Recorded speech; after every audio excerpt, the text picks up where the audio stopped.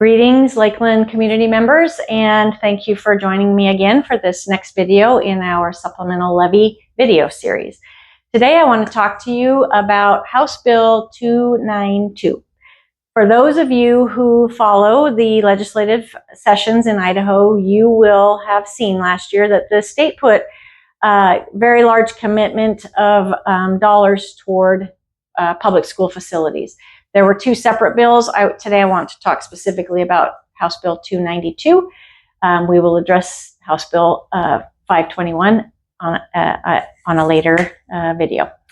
House Bill 292 is called Maintenance of Facilities, and initially when we saw the language of the bill, we were all very excited because what we thought was they're going to provide us dollars that we can use to just do regular maintenance to make sure that we're keeping our buildings running properly.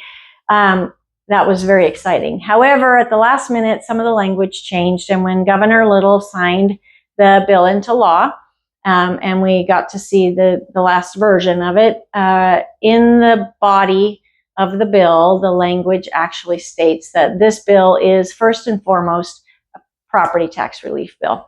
And so what that means is that if you are a school district who has a bond or a levy on the books, you cannot use the money for facilities. You have to apply your money toward those tax bills to provide some property tax relief for the patrons. So in Lakeland, last year in May of 2023, the patrons of the Lakeland School District approved a supplemental levy for $9.52 million. That's what's currently on the books.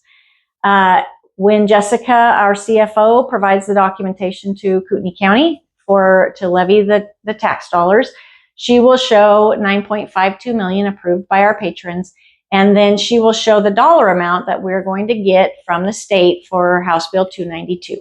Last year, that dollar amount was $1.7 million for the first version of House Bill 292, which truly was property tax relief.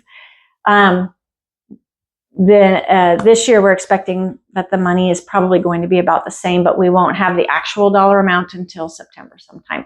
So let's just say, to make this easy, that we're going to get the same amount, $1.7 million. What that means for our patrons is that although the district will receive a total of $9.52 million, because that's what was approved by the patrons, the state's going to pay $1.7 million of that bill, and the patrons are only going to be responsible for paying $7.8 million of that bill. So it definitely reduces the property tax burden for our patrons.